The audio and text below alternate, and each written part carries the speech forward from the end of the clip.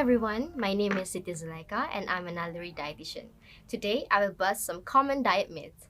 A diet myth is advice that becomes popular without facts to back it up. When it comes to weight loss, many popular beliefs are myths and others are only partly true. Let's bust a few common myths so you can feel more confident about your food choices. Myth: if you're skinny, you're healthy. Thin people with high body fat percentage actually possess the same health risks as obese people. They are referred to as skinny fat. This happens because everyone's body is different. Some people are more genetically predisposed to have a higher body fat percentage and less muscle than others. Many people use low body weight to excuse unhealthy eating and physical inactivity. But body weight is not the best indicator of internal well being. A much better indicator is your diet. When it comes to your health, it's what's on the inside that counts, and you really are what you eat. For us to be healthy, there are three vital keys. Number one, healthy eating, regular exercise, and regular medical checkup. Myth: all calories are equal. It is true that fat has more calories than carbohydrates, including sugar. But by that logic, a sugary beverage is better for you than a handful of nuts. That's just not what the unbiased studies have shown. Looking only at calories ignores the metabolic effects of each calorie. The source of the calorie changes how you digest it and how you retrieve energy from it. Focusing on numbers and solely numbers might not be the best way to lose weight. Quality matters more than quantity. Eating high fiber food allows us to have more with the same number of calories compared to high fat food. You might ask, where do we get fiber? Well, it is found in plant foods like fruits, vegetables, whole grains, and beans. Foods that are high in fiber tend to have less metabolizable energy and can help you feel full on fewer calories.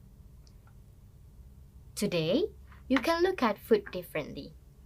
Counting calories alone doesn't work because ultimately it matters where those calories come from more than the number of calories ingested. Myth: carbs makes you gain weight. There are many different types of carbohydrate containing foods and they can vary in their health effects. Refined carbs include sugar-sweetened beverages, white bread, pastries, and other items made with white flour. Numerous studies show that refined carbohydrate consumption is associated with health conditions like obesity and type 2 diabetes. It tends to cause spikes in blood sugar levels, which can lead to a subsequent crash that can trigger hunger and lead to food cravings. They're usually also lacking in many essential nutrients. In other words, they're empty calories. On the other hand, whole carbs are minimally processed and contain the fiber found naturally in the food, while refined carbs have been processed more and have had the natural fiber removed or changed. Examples of whole carbs include whole grains, quinoa, barley, legumes, potatoes, and oats. Whole food sources of carbohydrates are loaded with nutrients and fiber and don't cause the same spikes and dips in blood sugar levels. Numerous studies of high fiber carbohydrates show that eating them is linked to improved metabolic health and a lower risk of disease. So, eaten in the right quantities as part of a balanced diet, carbohydrates will not, on their own, lead to weight gain. So, try to choose carb-rich foods that are minimally processed and high in fiber. Myth: consuming sugar causes diabetes. There are two main types of diabetes, type 1 and type 2 diabetes. We know that sugar does not cause type 1 diabetes, nor is it caused by anything else in your lifestyle. In type 1 diabetes, the insulin producing cells in your pancreas are destroyed by your immune system. With type 2 diabetes, the answer is a little more complex. Type 2 diabetes is characterized by progressive decline in beta cell function associated with insulin resistance in muscle and adipose tissue. Even though we know sugar doesn't directly cause type 2 diabetes, you are more likely to get it if you are overweight and obese. You gain weight when you take in more calories than your body needs, and sugary foods and drink contains a lot of calories. This is a common myth, perhaps understandably, because blood sugar levels play an essential role in diabetes. Sugar itself, though, is not a causal factor. Myth: people with diabetes should avoid carbohydrates. Many of us rely on carbohydrates as our main source of energy. Carbohydrate containing foods also provide important nutrients for good health. All the carbohydrates you eat and drink are broken down into glucose. However, the type and amount you consume can make a difference to your blood glucose levels and diabetes management. The actual amount that you need to eat will depend on your age, activity levels, and the goals you are trying to achieve. For example, one person trying to lose weight and manage their blood glucose levels on a low carb diet would restrict their carb intake, while another person who is happy with their weight may decide to eat more healthy carbs.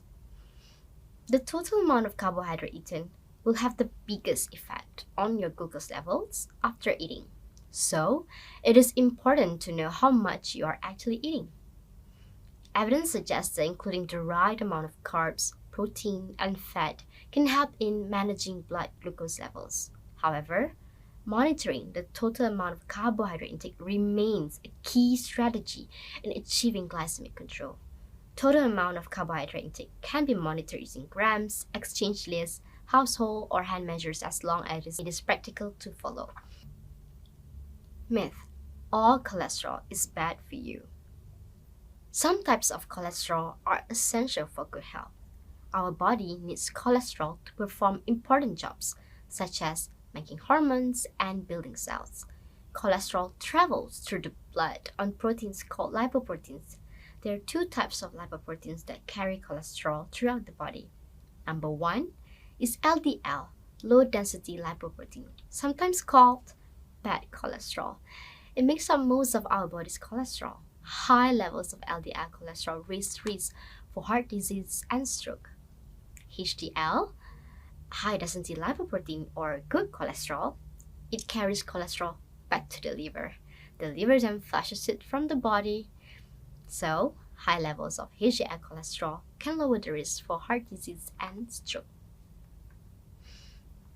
When our body has too much LDL cholesterol, it can build up in the walls of the blood vessels. This buildup is called plaque. As the blood vessels build up plaque over time, the insides of the vessels narrow. This narrowing can restrict and eventually block blood flow to and from our heart and other organs. When blood flow to the heart is blocked, it can cause chest pain or a heart attack. Myth: alcohol in moderation is beneficial for the body. When we talk about moderation, we need to first define moderate. What is moderate drinking? For adults of legal drinking age, they can choose to drink in moderation by limiting intake to 2 drinks or less in a day for men, or 1 drink or less in a day for women, on days when alcohol is consumed. However, even moderate drinking carries some risks. Alcohol can disrupt sleep and one's better judgment. Alcohol also interacts in potentially dangerous ways with a variety of medications including acetaminophen, antidepressants, anticonvulsants, painkillers, and sedatives. It is also addictive, especially for people with a family history of alcoholism. Hence, heavy drinking can take a toll on the body. It can cause inflammation of the liver and lead to scarring of the liver, a potentially fatal disease. It can also increase blood pressure and damage heart muscle. Myth: you shouldn't eat after 8 p.m. This statement is commonly associated with weight gain. Weight gain can only be caused by calorie surplus, so it will occur eventually if you continuously consume more calories than you burn, irrespective of the time at which you consume them. overall calorie consumption, overall movement patterns, and quality of calories consumed, such as more from fruits, vegetables, whole grains, and dairy, and less from highly refined sugar and fat added foods, are all areas that have a much more significant impact on your health. However, a good rule of thumb is to stop eating 2 to 4 hours before bed to give time for your body to digest. Myth: superfoods can make up for a poor diet. I'm sorry to tell you this, but there are no shortcuts to eating healthy. The label superfood has no precise or scientifically based definition. Superfood has been used to describe foods that contain high levels or multiple types of vitamins, minerals, or nutrients. The idea behind superfoods is simple: we should eat more fruits and veggies. As we conclude, I would like to share some tips for spotting diet myths. First, if it sounds too good to be true, it almost definitely is. Second, ask yourself, who says so? Is the person making the claim biased? Are they trying to sell a product and using marketing tactics? Is the information based on just one small study? There's no secret ingredient to weight loss or maintenance. We've known for a long time that eating right and exercising are what matters. And that brings us to the end. I will see you in the live Q&A session shortly. Thank you for your time, attention, and remember to make healthy food choices.